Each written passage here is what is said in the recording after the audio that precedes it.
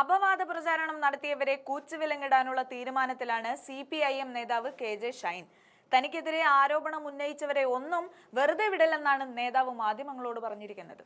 ഒരു ബോംബ് വരുന്നുണ്ടെന്നും ധൈര്യമായി ഇരിക്കണമെന്നും മുന്നേ ഒരു കോൺഗ്രസ് നേതാവ് പറഞ്ഞിരുന്നത്രേ.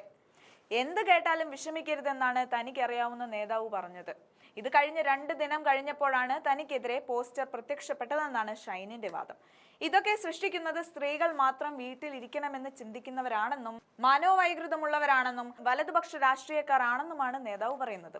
സ്ത്രീകൾ കൂടുതൽ പൊതുരംഗത്തേക്ക് കടന്നു വരണമെന്നും എന്തെങ്കിലും കേട്ടാൽ ഓടുന്നവർ ആകരുതെന്നും നേതാവ് പറയുന്നുണ്ട്. ലൈംഗിക വൈകൃതത്തിന് അടിമപ്പെട്ട MLAയെ രക്ഷിക്കാൻ കോൺഗ്രസ് ശ്രമിച്ചിട്ടും കഴിയുന്നില്ല. നിയമസഭയിലും അതിന് കഴിയാത്ത സാഹചര്യമാണുള്ളത്. അതിൽ നിന്ന് ശ്രദ്ധ തിരിക്കാനുള്ള ആരോപണമാണ് തനിക്കെതിരെ ഉയരുന്നതെന്നാണ് ഷൈൻ പറഞ്ഞു വെക്കുന്നത്. കരുത്ത് ആരും ദാനമായി തരുന്നതല്ലെന്നും താൻ അറിഞ്ഞ ആശയത്തിൽ നിന്നും അനുഭവത്തിൽ നിന്നും ആർജിച്ച് എടുത്തതാണെന്നും KJ ഷൈൻ വീരവാദം മുഴക്കുന്നുമുണ്ട്. ആരാണ് പോസ്റ്റ് ഇട്ടതെന്ന് വ്യക്തമല്ല. പക്ഷേ അതിന്റെ പാപഭാരം പേറേണ്ട ഉത്തരവാദിത്വം കോൺഗ്രസിന്റെ തലയിൽ തന്നെയാണ്. നേതാവ് സ്വന്തം ഭാഗം ശരിയാണെങ്കിൽ മറ്റൊരാളുടെ ഭാഗം തെറ്റാണെന്ന് പറയുന്നതിൽ അർത്ഥമുണ്ടെന്ന് തോന്നുന്നില്ല. തങ്ങളുടെ ഭാഗം ശരിയാണെങ്കിൽ അയാളുടെ ഭാഗവും ശരിയായിരിക്കാം.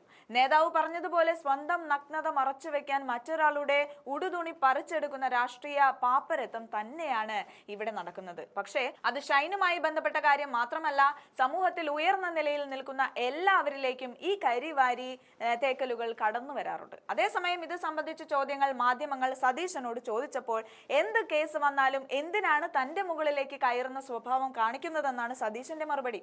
പറഞ്ഞതുപോലെ എന്ത് വന്നാലും കോൺഗ്രസിന്റെയും പ്രത്യേകിച്ച് സതീശന്റെയും മേലേക്ക് എല്ലാം ചെന്ന് വീഴുകയാണ് പതിവ്.